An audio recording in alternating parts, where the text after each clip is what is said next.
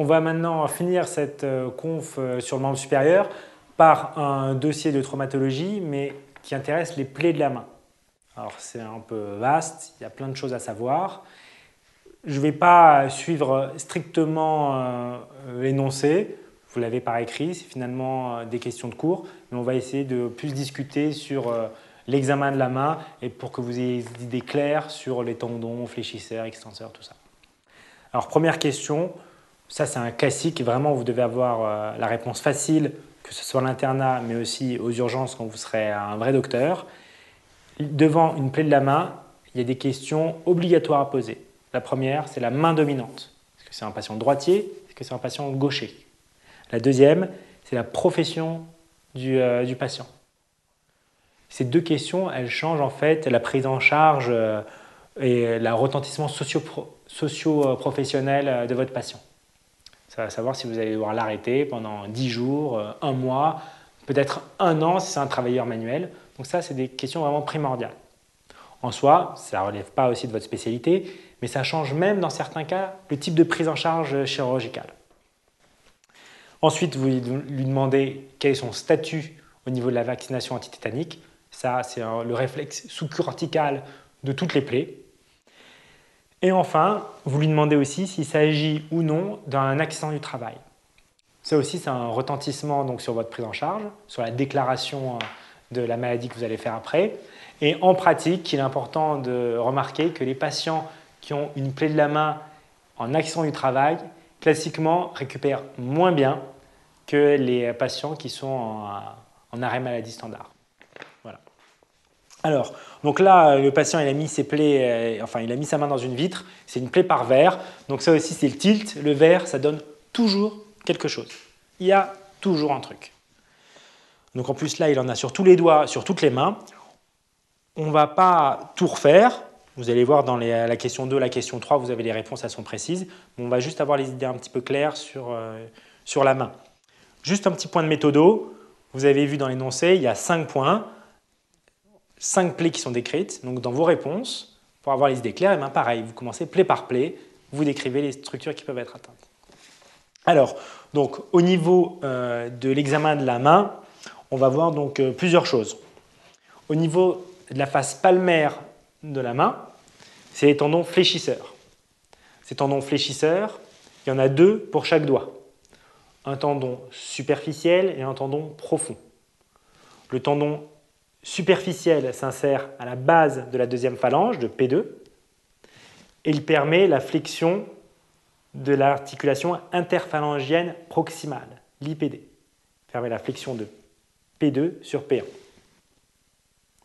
Il y a un deuxième tendon, le tendon fléchisseur commun profond, qui va à la base de la troisième phalange. Il permet la flexion de la dernière phalange et aussi la flexion de l'interphalangienne proximale.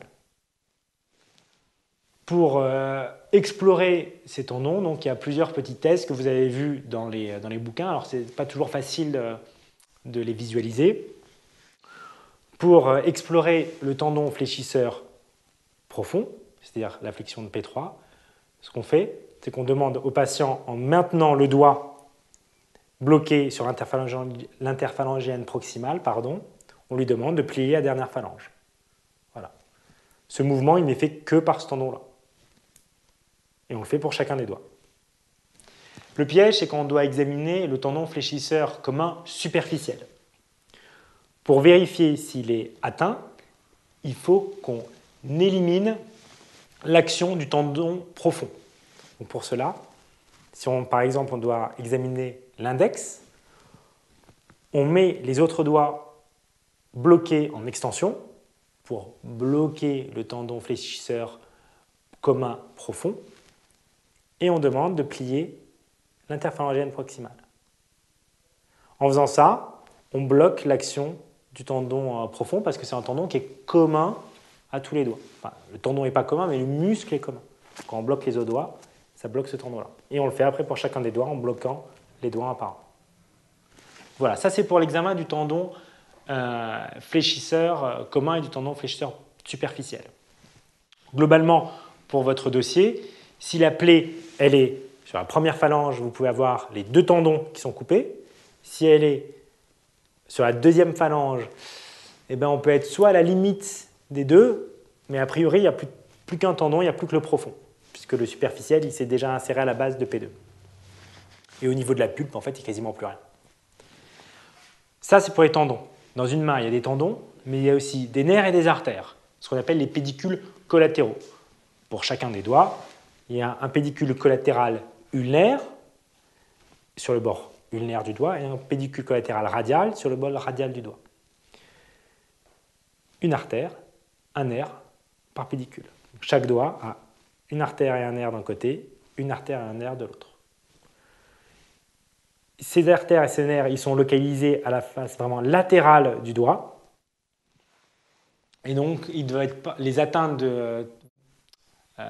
les atteintes du nerf et de l'artère doivent être recherchées donc, sur les atteintes plutôt latérales. Ça, c'est la face palmaire. La face dorsale, c'est les tendons extenseurs. Alors, les tendons extenseurs, c'est un peu plus complexe. Ils ont une anatomie qui est compliquée, avec des bandelettes latérales qui se rejoignent. Tout ça, c'est dans les polis.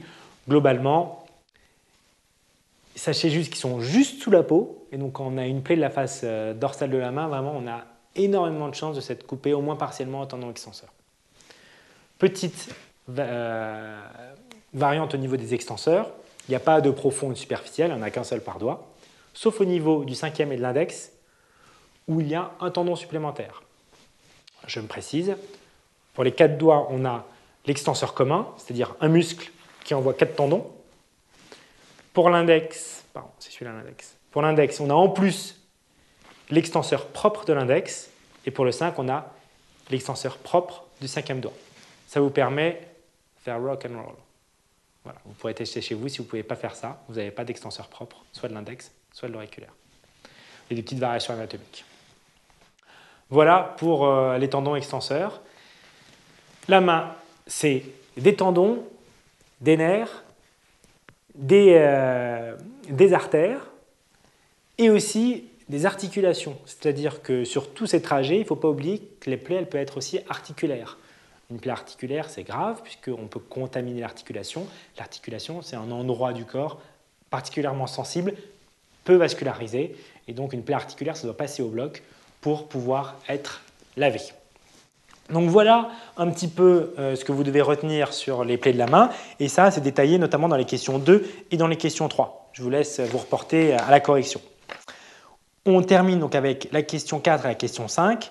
La question 4, votre patient va au bloc pour explorer la plaie alors que finalement vous n'avez rien trouvé cliniquement. C'est-à-dire voilà, vous avez passé 20 minutes à explorer, à lui faire fléchir les doigts, étendre les doigts dans tous les sens. Vous n'avez rien trouvé et finalement vous lui dites on va quand même au bloc pour vous opérer, il ne comprend pas. Comment vous l'expliquez? C'est simple.